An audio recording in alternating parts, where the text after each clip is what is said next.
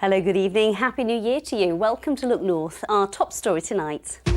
Some A&E departments have their busiest days ever. We'll look at the advice for patients and ask how the NHS can cope this winter.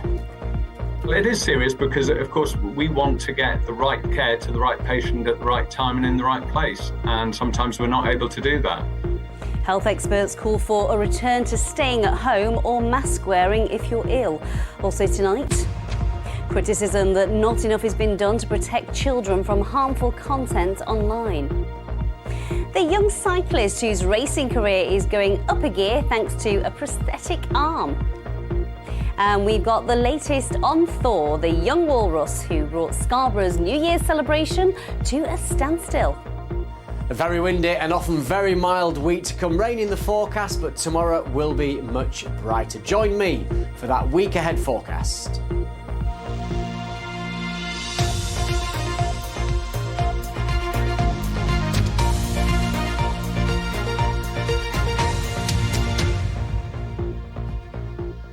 Hello there, I hope 2023 is treating you well so far. It may be a new year, but the problems of 2022 haven't gone away, sadly. Tonight, we'll guide you through the latest when it comes to pressure on the NHS, new warnings to stay away from work or school if you feel unwell, and of course, the ongoing rail strikes. We'll also look ahead to what the new year could mean for your finances. But first, in the last few days, hospitals in parts of our region have reported the worst pressures on emergency services in their history. Senior doctors say the NHS is on a knife edge, with some A&Es in a complete state of crisis. Listen to Michael's experience. He went to Scarborough Hospital with severe stomach pains. Now, initially he was seen quickly by a nurse and diagnosed with appendicitis, but he then faced a long wait and ended up sleeping in his car before he could have that operation. It was then that I had a long wait, around about 8 hours. It was the early hours of the morning before I could see a doctor.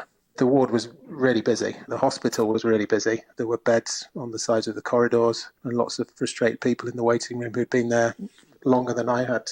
I think I ended up seeing a doctor probably sometime between midnight and 2 o'clock, and then I had to wait for a scan. The scan confirmed quite acute appendicitis and that I'd need an operation the next day. So I would have to stay in overnight because there was a risk that the appendix would burst. There were no beds, so I had to either sleep in the waiting room in a chair, or I actually asked the nurse if it was all right if I go and sleep in my car.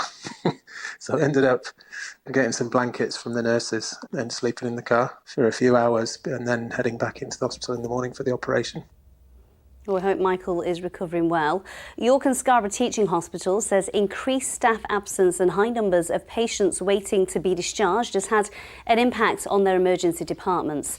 They recognise this means many patients will spend a long time in the emergency department before being admitted to a ward, and they've apologised. They say staff are working exceptionally hard.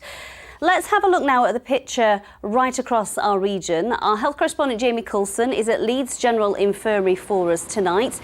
Jamie, how unprecedented is this current crisis? Well, this is the winter that many have predicted will be the worst in the history of the NHS. And historically, this week is traditionally when many of them will struggle the most. Now, we've already heard from York Hospital that has said that in recent days its emergency services have been the busiest in its history. Their issues are around staff sickness, but also difficulty discharging patients who no longer need to be in hospital.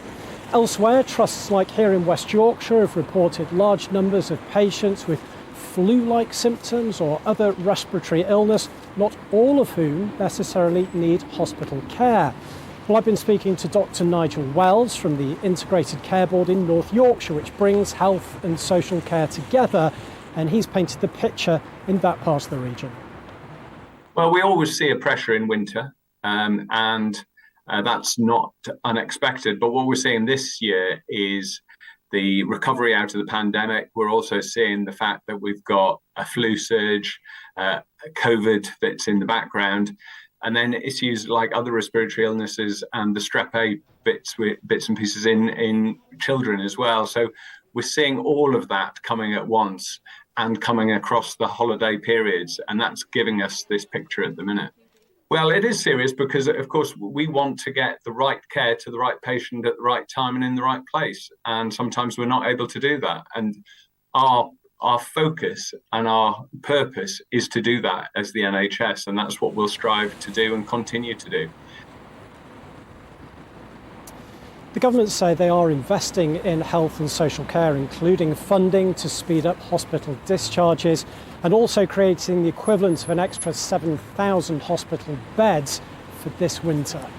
So what's the advice, Jamie, for people who do need help?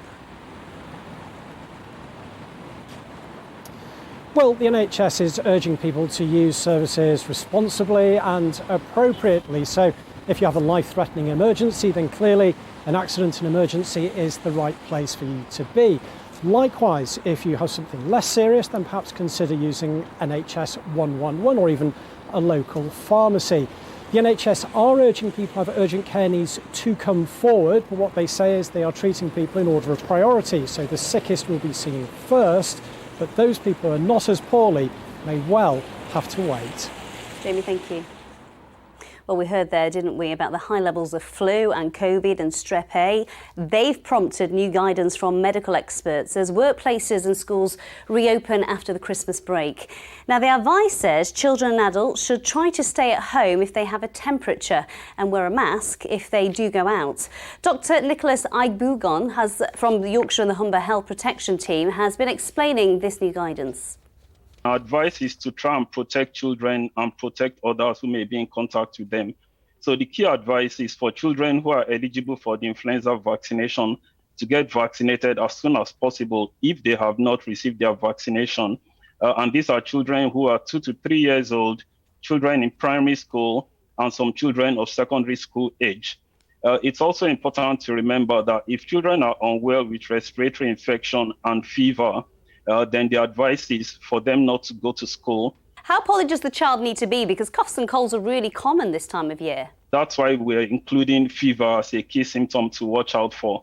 So if they've got just coughs and colds and they're able to go to school, that may be okay. But with a fever, it becomes a bit more likely that they are suffering from an infection that we'll need to be a bit more careful about.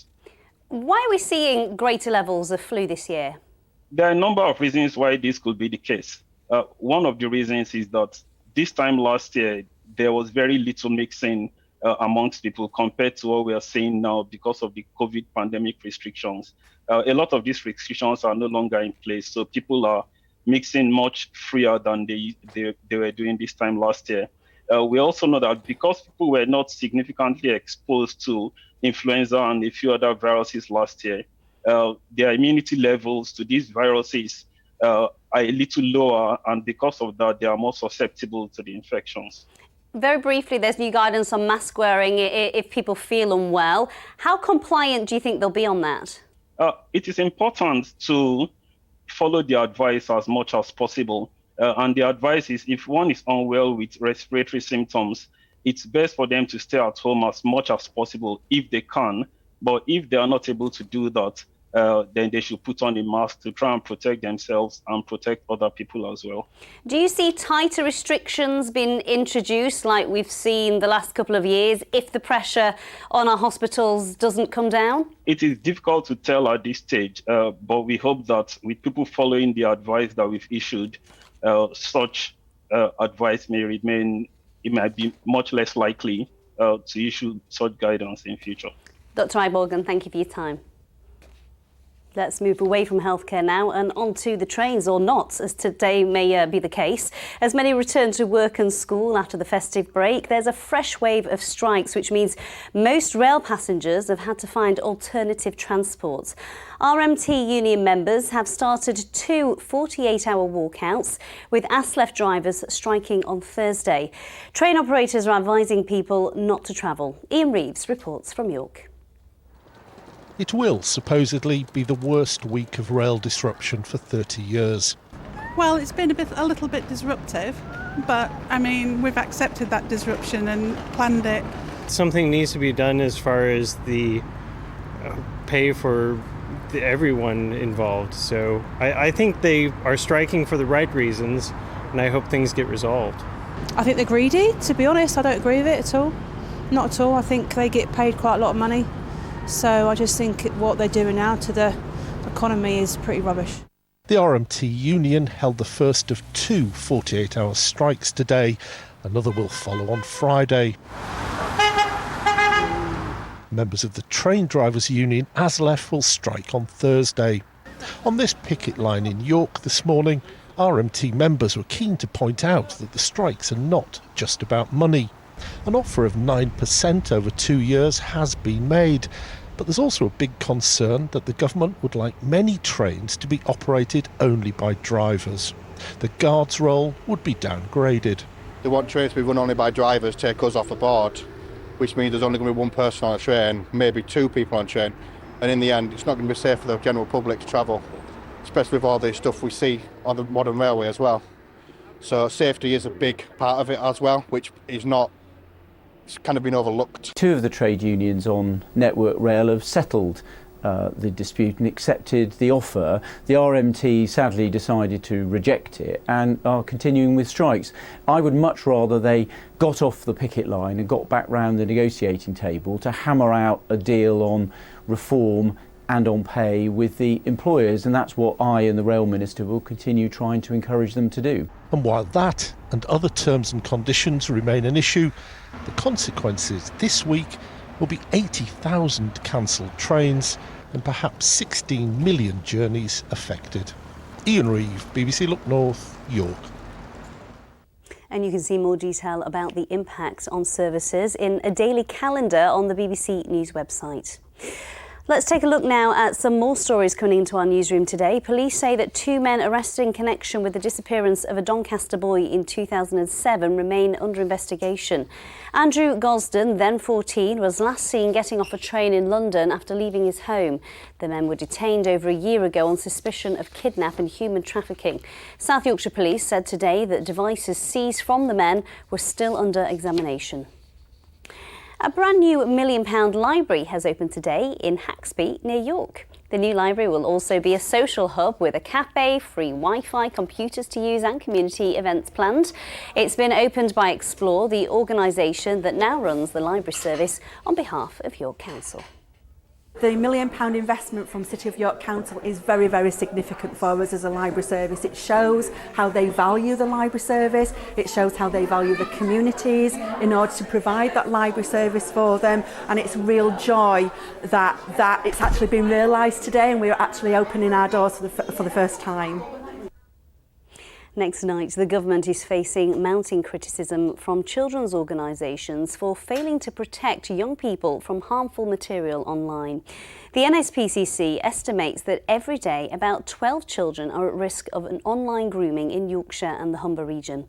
Campaigners want to see new online safety laws brought in now, but the bill has been delayed in Parliament, so it's likely it won't become law until the summer. Hannah Gray reports.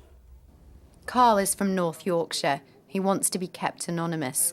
When his son Ben was just 14, he was contacted by someone online pretending to be a girl. They spent a few weeks chatting before Ben got suspicious about who the person really was. That's when things took a serious turn. What happened? The person he was communicating with revealed himself as a man and started making threats. By this time, Ben was in too deep. This man knew who his family were, where we all worked and socialised, everything. Ben was so worried about what this man could do, he sent him a few photographs. The perpetrator began to up his demands and said he'd kill me and Ben's mum if he didn't. So Ben complied and did anything he wanted. Ben's school found out and ended up calling the police. The perpetrator was jailed for 4.5 years, but Ben and his family feel they've been scarred by this for much longer. Good afternoon, you're through to the NSPCC. It's Helen speaking. The NSPCC has been campaigning for 4 years for online safety laws to protect children online. The government is currently working on an online safety bill, but it's unlikely to be made law until the summer months. There's probably 12 online grooming crimes a day being committed against children living in Yorkshire and the Humber region.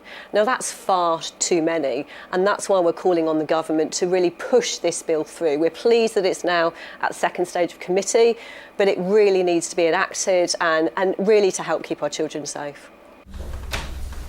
These sixth form students in Horsforth say they need to be on social media so they're not socially excluded. But there is a long list of serious problems. You can just be sat there for hours and hours just scrolling. Yeah, it's definitely addictive.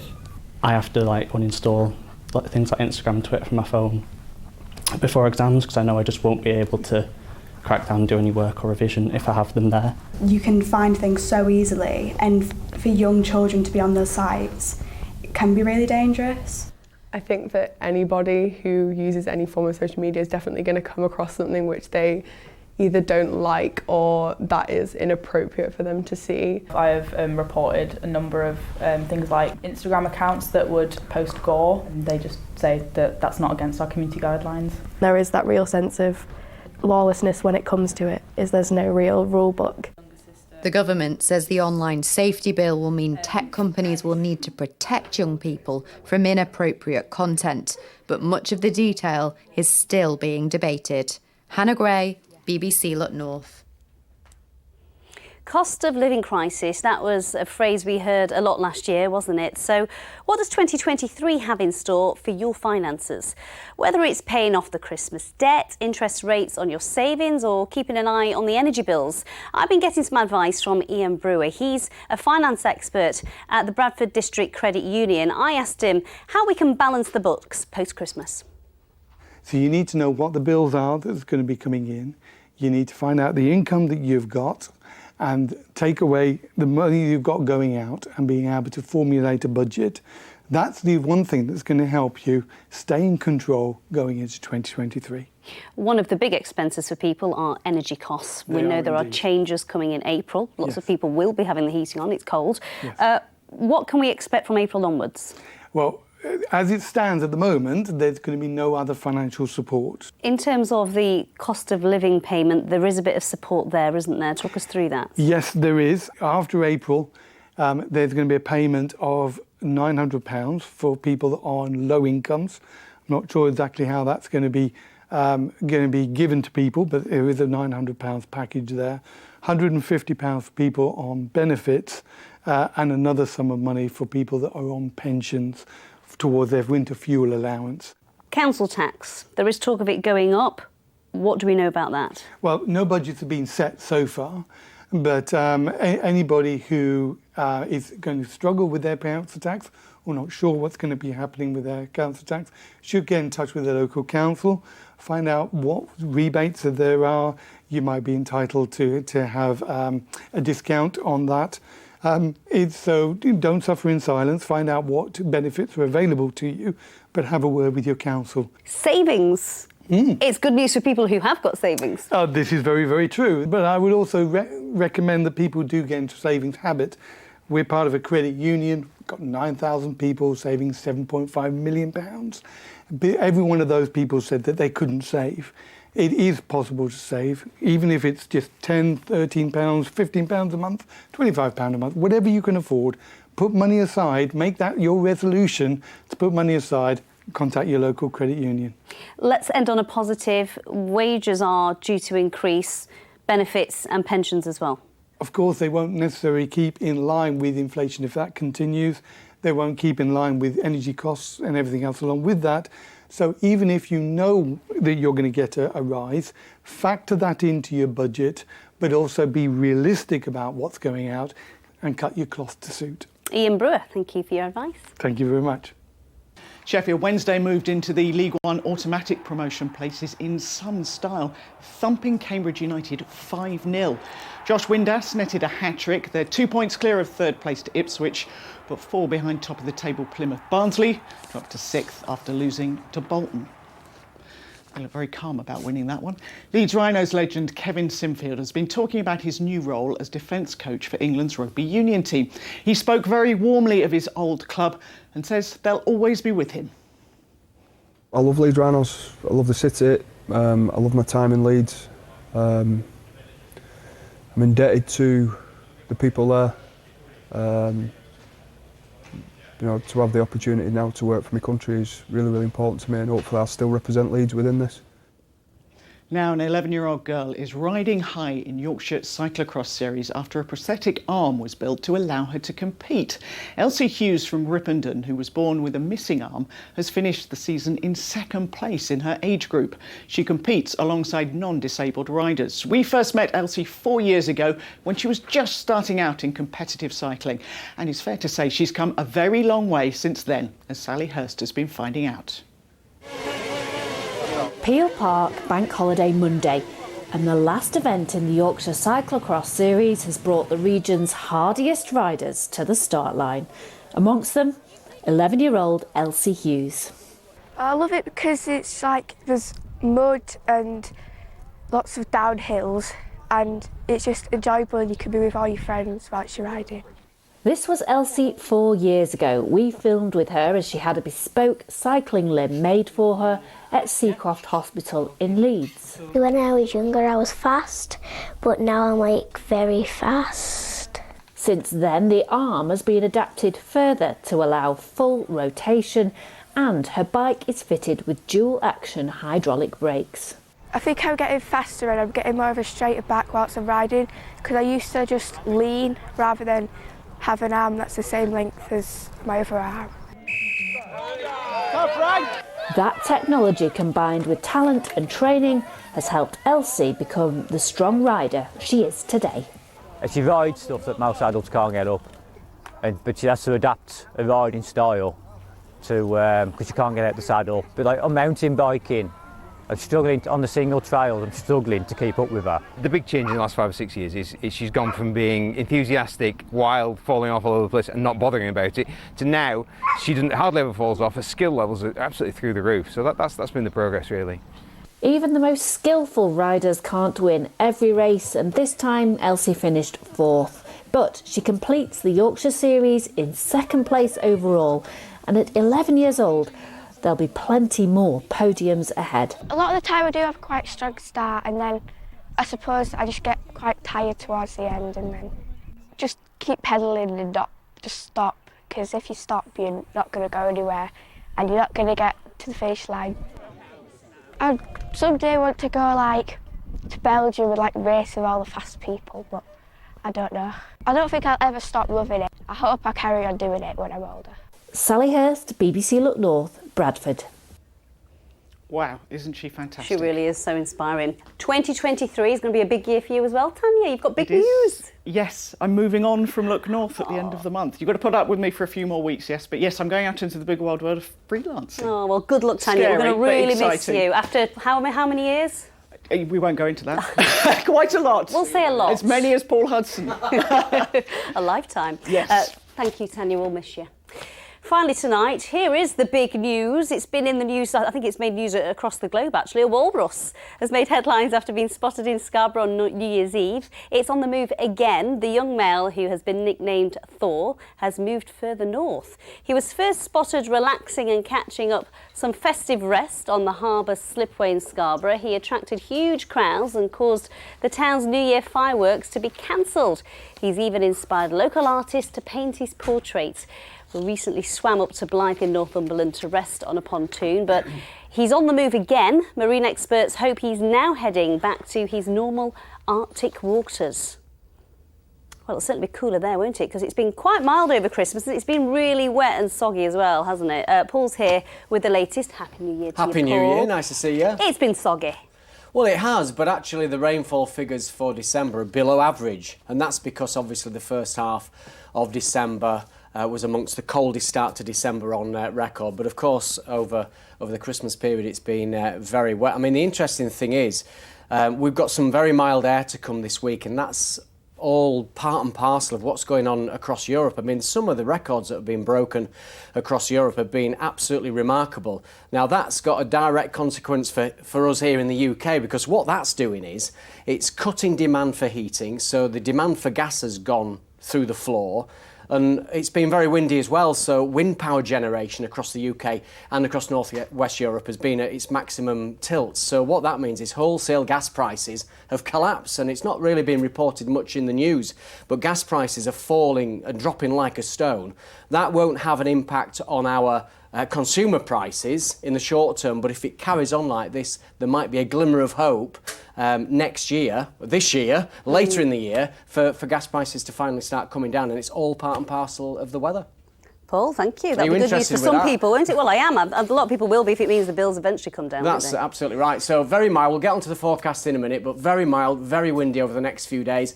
That is a very common picture. That's the River Ouse in York, which burst its banks over Christmas. Not by a great deal, but it shows that there's quite a volume of rain in the river network because of how wet it's been over the last few days. Look at that for sunrise in Scarborough. Beautiful. It's absolutely phenomenal, that one. And the third picture is also good news. Wow. Now, that's the Derwent Dam. When that overflows, it flows into Lady Bower Reservoir. So, obviously, it's all part and parcel of reservoirs recovering strongly. Keep the pictures coming in. Instagram, Twitter, and on the Weather Watcher website.